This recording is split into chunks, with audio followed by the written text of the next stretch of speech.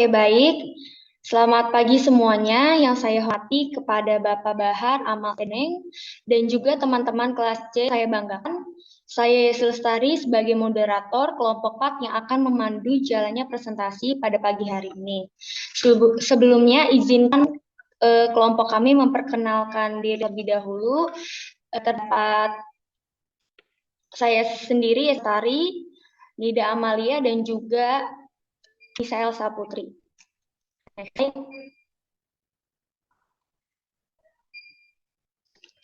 Materi yang dibahas pada pemaparan kali ini adalah ada pengertian if else, dictionary, paket dan modul. Kedua ada if else, program else yang telah kelompok kami buat, dictionary, program dictionary yang telah kami buat, yang telah kelompok kami buat, dan juga program dictionary yang telah kami buat, paket dan modul. Next slide.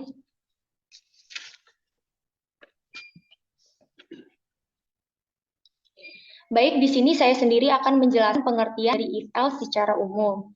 If else adalah struktur kontrol dalam bahasa pemrograman Python yang digunakan untuk membuat keputusan berdasarkan kondisi tertentu. Secara umum, if else digunakan untuk menjalankan blok tertentu jika suatu kondisi benar atau true dan menjalankan blok kode lain jika kondisi tersebut atau false.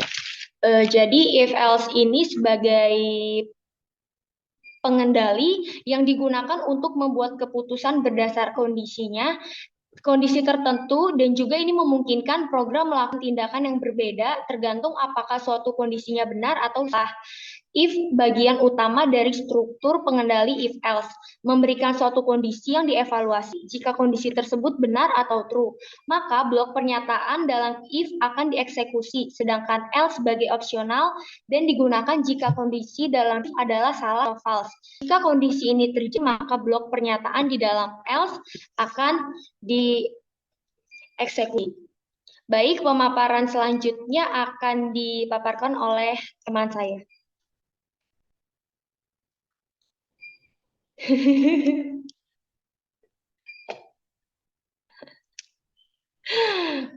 Baik, untuk selanjutnya ada pengertian dictionary secara umum. Dictionary Python merupakan tipe data yang memungkinkan penyimpanan informasi dalam pasangan key value. Dictionary ini menawarkan fleksibilitas dan efisiensi dalam mengorganisasi dan mengakses data.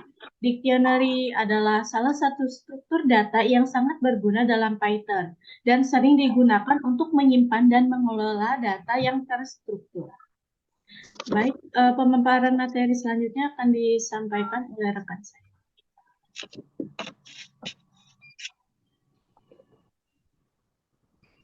Baik, saya izin melanjutkan untuk pemaparan materi selanjutnya, yaitu pengertian paket dan modul secara umum. Modul sendiri pada Python merupakan sebuah file yang berekstensi py yang berisi script Python. Nama dari modul sendiri adalah nama dari file itu sendiri yang ingin kita buat. Seperti contohnya kita memiliki sebuah file bernama fisika, maka kita akan menulisnya sebagai fisika.py, maka kita telah membuat sebuah modul yang bernama fisika. Iya Bapak, mohon maaf sebelumnya, saya tidak on cam karena sedang terkendala sinyal. Tapi mari coba dulu. Lalu selanjutnya, paket pada Python adalah sebuah cara untuk mengelola dan mengorganisir modul-modul Python dalam berbentuk direktori yang memungkinkan sebuah modul untuk diakses menggunakan namespace atau nama file yang akan kita buat menggunakan lokasi. Baik, selanjutnya ada pemrograman Python yang telah kami buat meliputi if else, dictionary, beserta modul dan paket.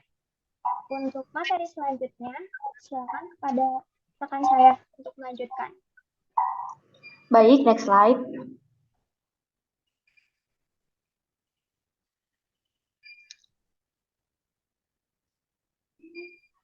Judulnya nggak kelihatan, tapi ini adalah program if else yang telah kelompok buat. Nah ya, program if-else yang telah kami buat yaitu di atasnya itu ada program if-else NISN sebagai identitas. Agak di zoom. Nah, dalam struktur if-else tersebut diprogram untuk menentukan apakah siswa dinyatakan lulus atau agak di zoom sedikit bisa gitunya.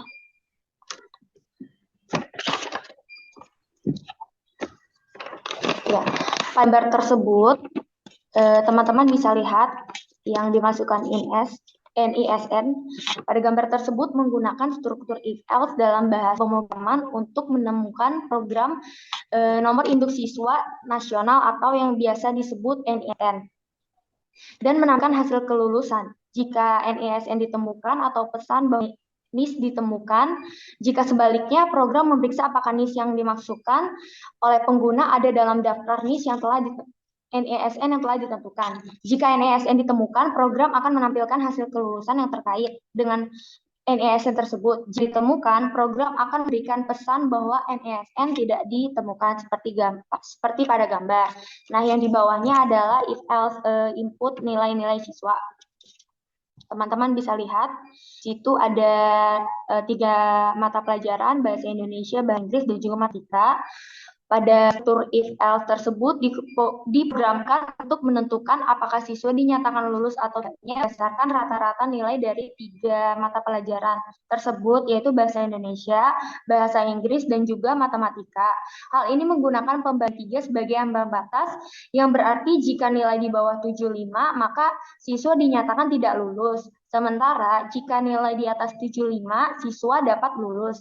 Ini merupakan contoh sederhana dari bagaimana pernyataan kondisional digunakan dalam pemrograman untuk mengambil keputusan berdasarkan kondisi tertentu. Dalam hal ini, penggunaan if-else dalam Python sangat membantu dalam mengotomatisasi tindakan dalam kondisi tertentu serta dapat mengurangi pekerjaan manusia. Next slide.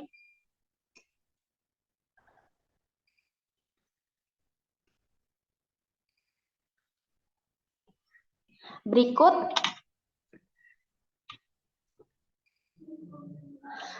ini adalah flowchart NISN telah kelompok kami buat, teman-teman bisa lihat.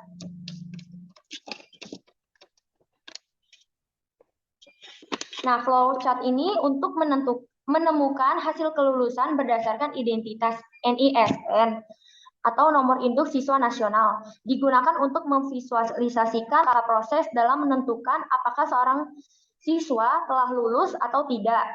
Siswa diminta untuk memasukkan NISN sebagai input.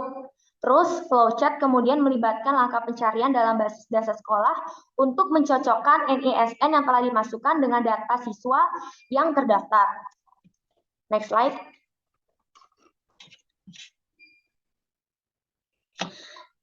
Teman-teman bisa lihat, berikut adalah flowchart nilai yang telah kelompok kami buat.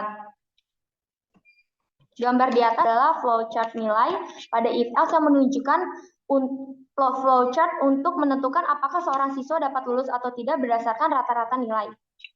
Flowchart ini memvisualisasikan alur logika program yang biasanya digunakan dalam pemrograman untuk pengambilan keputusan berdasarkan kondisinya, dan flowchart ini menemukan hasil kelulusan berdasarkan identitas NISN yang adalah visual digunakan untuk memvisualisasikan langkah-langkah proses dalam menentukan apakah seorang siswa itu dapat dinyatakan lulus atau tidak.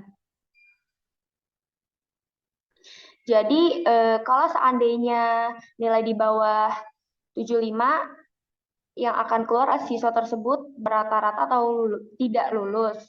Tetapi jika seandainya di atas 75, output yang keluar adalah siswa tersebut di atas atau sama dengan rata-rata atau dinyatakan lulus.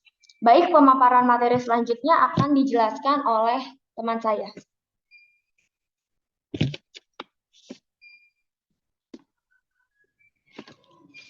Terima kasih. Selanjutnya ada program Visual Code Dictionary.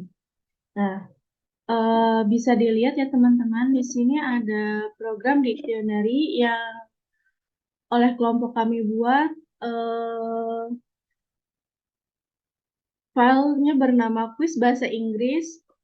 Nah, gambar tersebut menjelaskan terdapat 5 pasangan kata dan arti yang disimpan dalam kamus dengan nama KB1, KB2, KB3, KB4, dan KB5.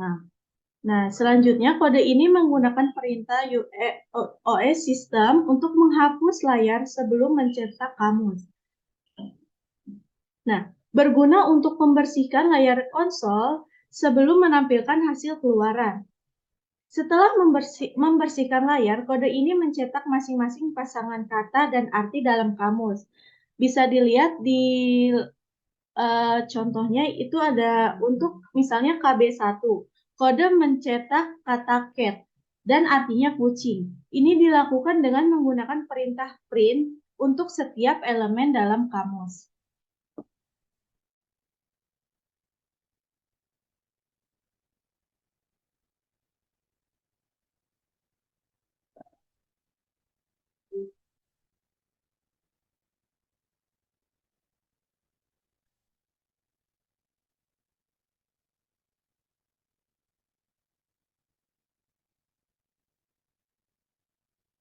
Selanjutnya ada flowchart dictionary.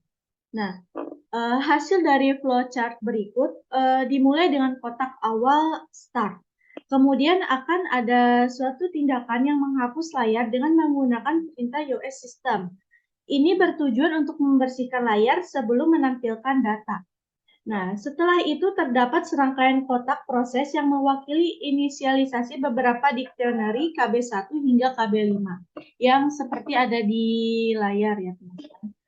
Nah, yang berisi pasangan kata dan arti. Setiap dictionary ini memiliki 2 elemen, yaitu kata dan arti yang mewakili kata dalam bahasa Inggris dan artinya dalam bahasa Indonesia. Nah, setelah menganalisasi dictionary, ada serangkaian kotak proses yang mencetak kata dan arti dari setiap dictionary ke layar. Proses ini diulang untuk setiap dictionary dari KB1 hingga KB5. Nah, masing-masing dicetak dengan format kata, diikuti oleh kata dalam bahasa Inggris dan arti, dan diikuti oleh arti dalam bahasa Indonesia. Dan terakhir, flowchart ini berakhir dengan kotak akhir yaitu N. Bisa dilihat contohnya seperti di layar ya, teman-teman.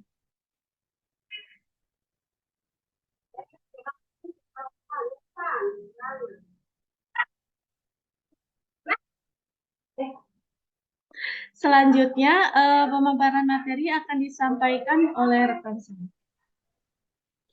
Baik, saya izin melanjutkan materi untuk program modul dan paket. Berikut teman-teman bisa lihat program modul gaya yang pertama yang sudah kami buat. Kode yang tertera di atas adalah sebuah fungsi Python yang disebut gaya. Fungsi ini memiliki 2 parameter, yaitu ada massa dan kecepatan.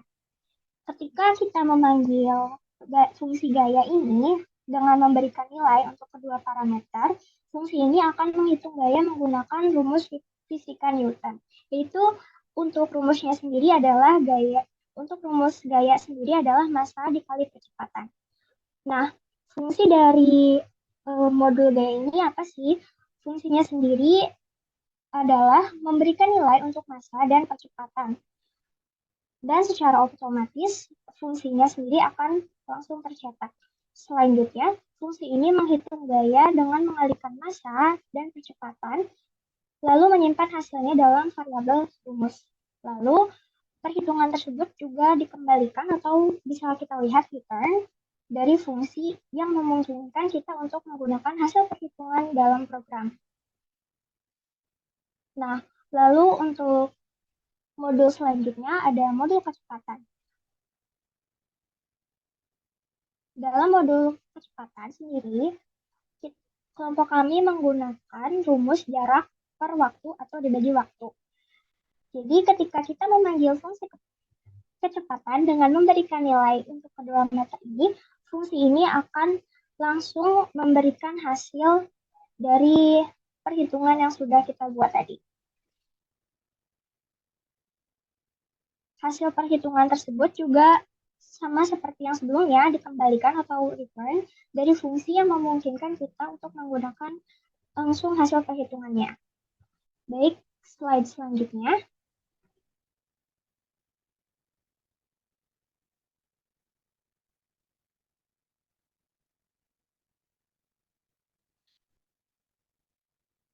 Baik, saya izin menjelaskan untuk slide berikutnya, yaitu flowchart dari modul gaya yang telah dibuat.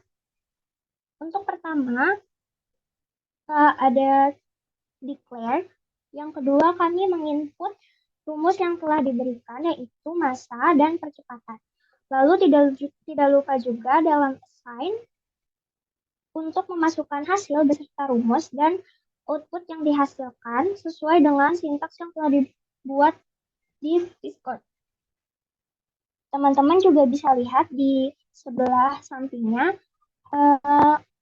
ada contoh dari rumus yang telah dihitung. Slide berikutnya.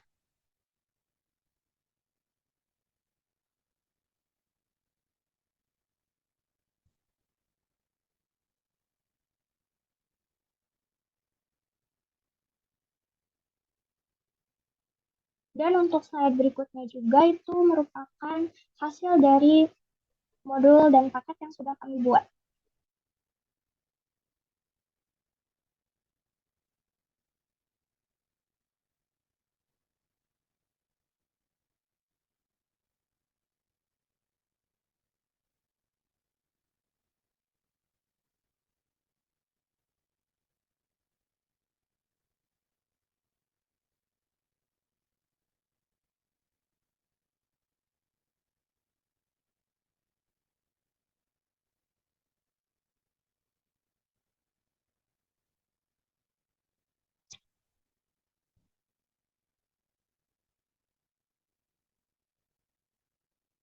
Bisa tolong dikembalikan ke slide paket nggak, Anissa?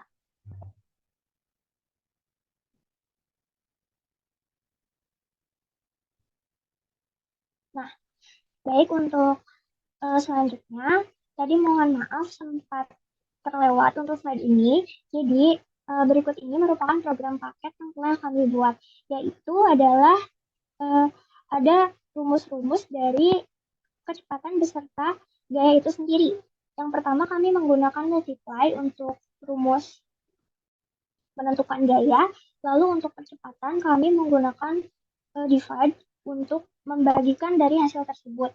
Nah, tadi sudah disinggung sedikit juga oleh rekan saya, untuk import OS sendiri adalah sistem operasi yang seperti membersihkan layar.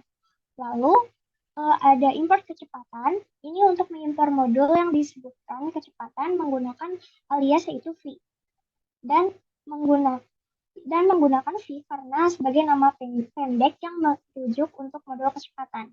Lalu selanjutnya ada menghitung gaya.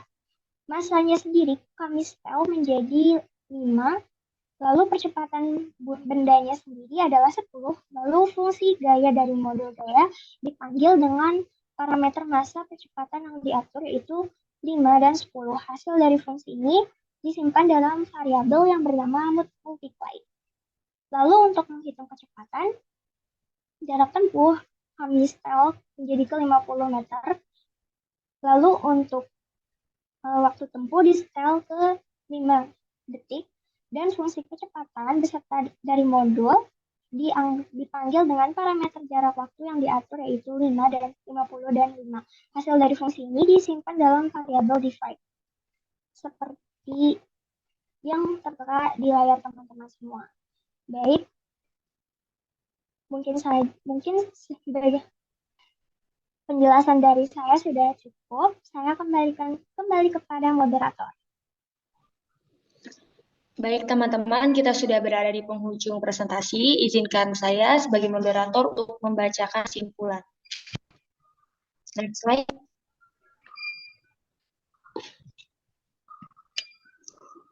Kesimpulannya, Python menyediakan alat dasar yang penting dalam pemrograman.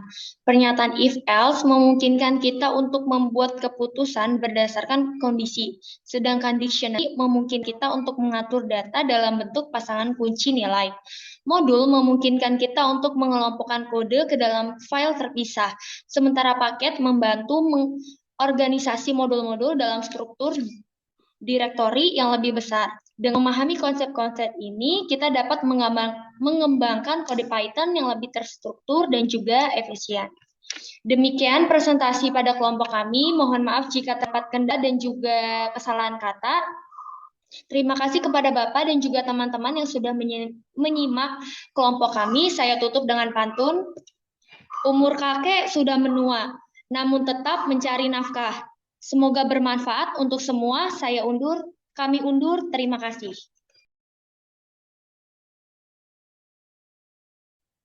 Oke,